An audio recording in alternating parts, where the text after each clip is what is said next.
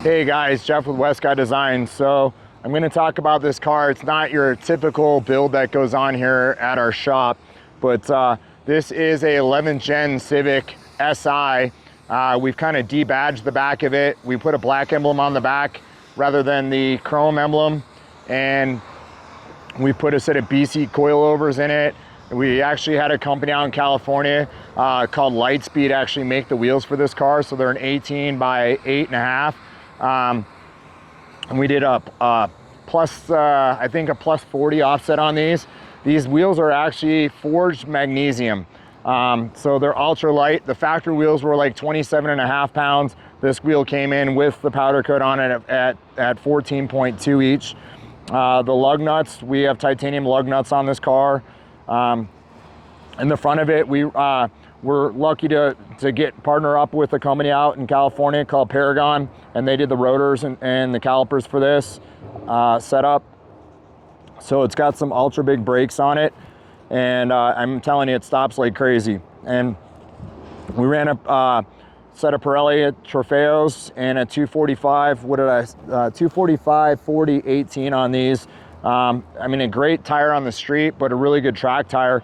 And we kind of did some of this obviously for weight, because the engine is being a 1.5 liter. We just thought with the weight, we're trying to keep reciprocating weight down. Plus with maximum traction that we could get out of this car, and then leaning on the motor with a bunch of PRL parts and Clutch Masters clutch, and then their light and flywheel, and then their stage 3 clutch on it. Worked really well on this car. The only badge that's actually still on it that distinguishes that's an SI is here on the front.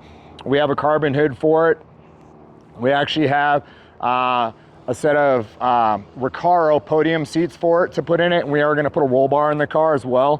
Where the fog light cover was over here, we took it out so it allows into the air box. It's got a low air intake in the front, so it has direct air coming into the front, and then it has pickup for air underneath the hood on this. I'm going to pop the hood. You can't really see a whole lot underneath the hood of this car, but just kind of show you. It's got a Honda Stage 2 tune on it. It is set up to run E30, and so we run E30 on it. We have it mixed up for the car. Let's see if I can get the hood open here.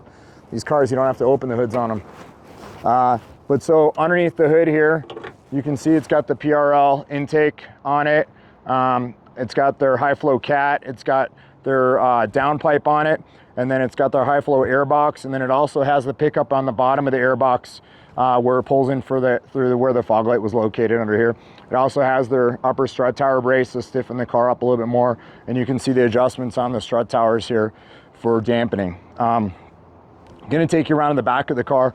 Kind of pretty cool. There wasn't a lot of parts available for this car, so we started actually making parts for it.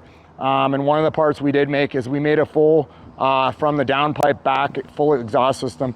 It's kind of hard to see it. You might be able to see here in the center section of the exhaust.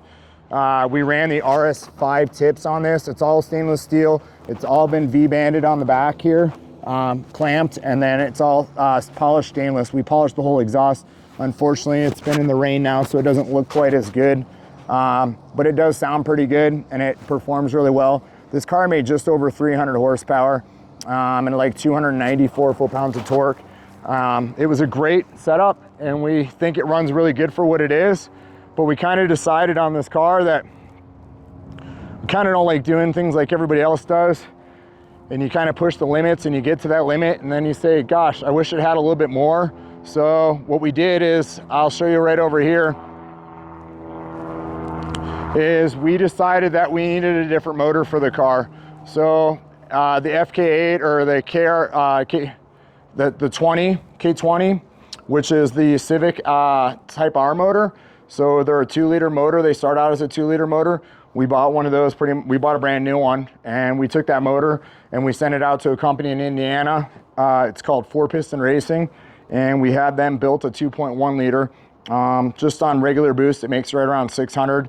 And on high boost, it makes over 1,000. So we're gonna run a Motec with this, so we can do adjustable boosts on the car, depending on what gear it is, to try to keep it for traction and stuff.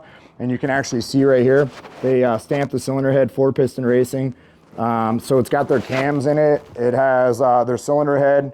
It's got their crank, their rods, and their pistons in it. So we're pretty excited to get this thing going on the car, but this is taking the car now to a whole different level. So we like playing with things, and we like to push the boundaries on them. So we'll kind of see where this car ends up taking us. So you probably want to stay tuned for this one. Actually, let's start it up and just show you kind of what it sounds like when we start it up. It's kind of hard to tell on maybe a microphone, but I'll start it up anyways.